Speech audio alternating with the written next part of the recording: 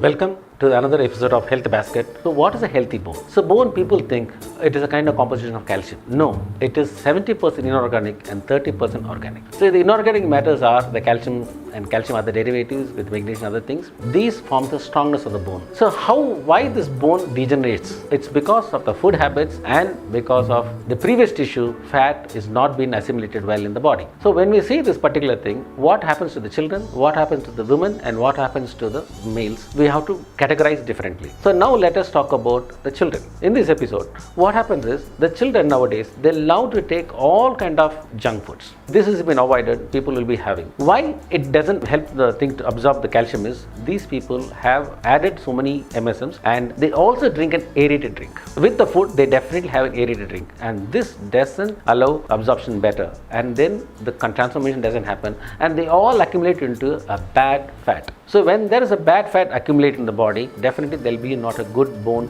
formed in the body. So that we can find out there are many diseases, particularly in children we have this rickets or we have this Behçet's diseases or we have kind of a dysplasia of the thing and they have a deformity in the bones. The same rickets is called Osteomalacia, the bone growth will not be proper. So we have a lot of diseases, people come with kind of a deformity of leg forming or we call it as genovarum or genovalgum, the bent knees sideways or the converted knees. These kind of diseases come and for this what happens is we have to take care and see that the children don't eat these particular things. And second thing is in olden days we were pulled from the playground to come and do the homework, whereas nowadays people pulled out to go and do some exercises because they are all attached to the kind of gadgets which have been developed in the modern days. So what is the other solution? Cashew nut is a wonderful source of calcium and it is zero cholesterol because the preparation method is different. In olden days they used to burn the cashew nut and that cashew nut was really effective and tasty, whereas nowadays it is steamed and dipped into hot water removed, so you don't have any cholesterol at all and that has a lot of calcium support and